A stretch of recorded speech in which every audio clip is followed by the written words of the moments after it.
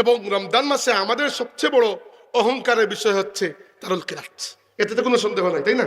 ফুলতলি সাহেব রহমতুল্লাহি আলাইহির হাতে গড়া এই অমর খেদমত দারুল কিরাত, এই দারুল কিরাতের একটা ইতিহাস আছে, এই দারুল কিরাতের একটা ঐতিহ্য আছে। এই দারুল কিরাত 2-4 দিনের মেহনতের ফসল নয়, দারুল কিরাতের বয়স 80 বছরের উপরে হয়ে গেছে আলহামদুলিল্লাহ।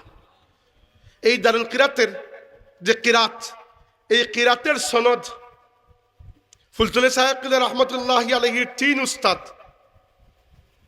হযরত শাহ আবু ইউসুফ মোহাম্মদ ইয়াকুব বদরপুরি রহমতুল্লাহি তাআলা আলাইহি, হযরত হাফিজ আব্দুর রউফ করমপুরি রহমতুল্লাহি আলাইহি এবং হযরত শেখ আহমদ হিজাজি আল মক্কি রহমতুল্লাহি আলাইহি, এই 3 জনের মাধ্যমে গিয়ে কিরাত জগতের শ্রেষ্ঠতম পণ্ডিতদের মধ্যে একজন, শ্রেষ্ঠতম ইমামদের মধ্যে একজন ইমাম হাফস রহমতুল্লাহি আলাইহির মাধ্যমে, ইমাম হাফসের উস্তাদ ইমাম আসিম রহমতুল্লাহি আলাইহির মাধ্যমে উপরের দিকে গিয়ে তাবেঈন পর্যন্ত, তাবেঈনদের মধ্যে ইমাম আবু আব্দুর রহমান সুলামি এবং ইমাম জার ইবনে হুবাইস রাহিমাহুমাল্লাহ, এবং এই 2 জনের মাধ্যমে 5 জন সাহাবী, সৈয়দনা উসমান ইবনে আফফান রাদিয়াল্লাহু আনহু, সৈয়দনা আলী ইবনে আবি তালিব রাদিয়াল্লাহু আনহু, সৈয়দনা আব্দুল্লাহ ইবনে মাসউদ রাদিয়াল্লাহু আনহু, সৈয়দনা উবাই ইবনে কাব রাদিয়াল্লাহু আনহু এবং সৈয়দনা যায়েদ ইবনে সাবিত রাদিয়াল্লাহু আনহু,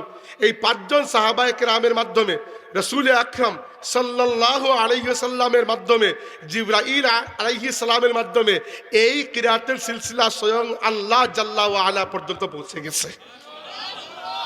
আপনি সনদটা খুলে দেখেন না, এই সনদ, এই কিরাত, এই লেহজা, এই পড়ার যে ধরন, এই মকবুলিয়ত একদিনে আসে নাই। এটার শেকড় অনেক মজবুত, অনেক মজবুত। বিশ্বাস করেন, আপনি দারুল কিরাতের খেদমতের সাথে যদি যুক্ত হন, আল্লাহ রাব্বুল আলামিন দুনিয়াতেও আপনাকে এর ফায়দা দেবেন, আখিরাতেও ফায়দা পাবেন ইনশাআল্লাহ। আজকের যে বিষয়টি বলার উদ্দেশ্য সেটা হচ্ছে, দেখেন ফুলতলি সাহেব রহমতুল্লাহি আলাইহি তো আর ইউটিউব দেখে কিরাত শিখেন নাই, উস্তাদের কাছে গিয়ে কিরাত শিখেছেন। অতএব বোঝা যায় ফুলতলি সাহেব যেভাবে কিরাত পড়তেন তার উস্তাদরাও তাকে এভাবে শিখিয়েছিলেন। বদরপুরি সাহেব তাকে এভাবেই শিখিয়েছিলেন, হাফিজ আব্দুর রউফ করমপুরি সাহেব তাকে এভাবেই শিখিয়েছিলেন, আহমদ হিজাজি মক্কি তাকে এভাবেই শিখিয়েছিলেন।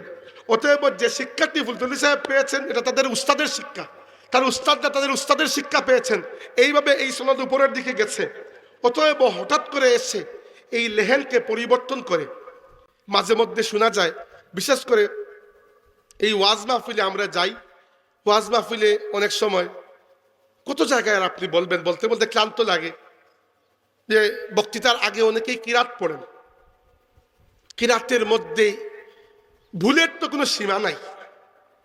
আচ্ছা, বাকি যদি কোনো ভুল থাকে এরকম যে ভুলগুলা আপনার স্তর উন্নত হলে এমনিতেই ঠিক হয়ে যাবে, আপনি এখন সালিসে পড়ছেন, রাবে খামিস সাদিস, ঠিক আছে, এই একটা ভুল, এক ধরনের ভুল যেটা পরবর্তীতে ঠিক হয়ে যাবে। একটা হচ্ছে আমার মতে সবচেয়ে সিরিয়াস, এটা হচ্ছে তামতিত, গানের সুরে যে তিলাওয়াত, নফরতের বিষয়, এটা ঠিক হওয়ার নয়, এটা আপনার ভুল নয়, এটা আপনার বিভ্রান্তি, বুঝতে পেরেছেন? একটা হচ্ছে আপনি মধ্যে মুত্তাসিল ঠিক মতো আদায় করতে পারছেন না, উদাহরণস্বরূপ যতটুকু করার দরকারের থেকে কম করে চলে গেছেন, আমি আপনাকে শিখিয়ে দিলাম না মধ্যে মুত্তাসিল এতটুকু পর্যন্ত মদ করতে হয়। আপনি ঠিক মতো কলকলা উচ্চারণ করতে পারছেন না, আপনার উস্তাদ আপনাকে মস্ক দিলে ঠিক হয়ে যাবে, এইটা এক ধরনের ভুল, এটা মানা যায় যে আপনি মস্ক করলে ঠিক হয়ে যাবে। কিন্তু আপনার পড়া তো ভুল, তার উপরে আপনি গানের সুরে তিলাওয়াত করতেছেন, আর যত দিন যাচ্ছে এই ফিতনা আরো মারাত্মক আকার ধারণ করতেছে। ফুলতলি সাহেব রহমতুল্লাহ তিলাওয়াতকে আমরা শুনি নাই, শুনেছি। এবং আমার আব্বা চাচা যারা বলেছেন আমাদেরকে যে সাবতুল্লাহ রহমতুল্লাহি আলাইহি প্রথম দিকে যুবক বয়সে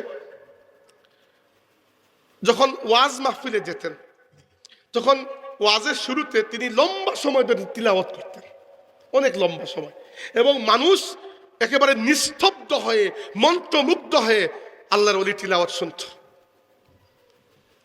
নিশ্চয়ই এই তিলাওয়াতের মধ্যে সৌন্দর্য ছিল। তো এই সৌন্দর্য কি আমাদের ভালো লাগে নাই যে আমরা যে গান ঢুকিয়ে দিলাম এর মধ্যে? এমনকি আপনি বিশ্বের শ্রেষ্ঠ যারা কারি আছেন তাদের তিলাওয়াত শুনুন, কোনো গানের সুরে তো তিলাওয়াত না। আপনি কারি আব্দুল বাসিত আব্দুল সামাদের তিলাওয়াত শুনুন, তিনিও তো গানের সুরে তিলাওয়াত করছেন না। সিদ্দিক আল মিনসাউর তিলাওয়াত শুনুন, তিনিও তো গানের সুরে তিলাওয়াত করছেন না। মাহমুদ খলিল হোসরির তিলাওয়াত শুনুন, তিনিও তো গানের সুরে তিলাওয়াত করছেন না।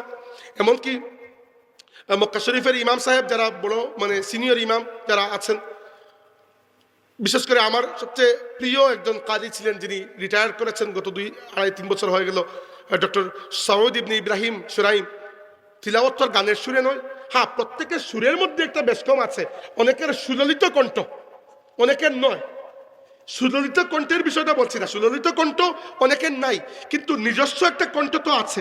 আমি এটার কথা বলছি না, আমি বলছি আপনি ইচ্ছা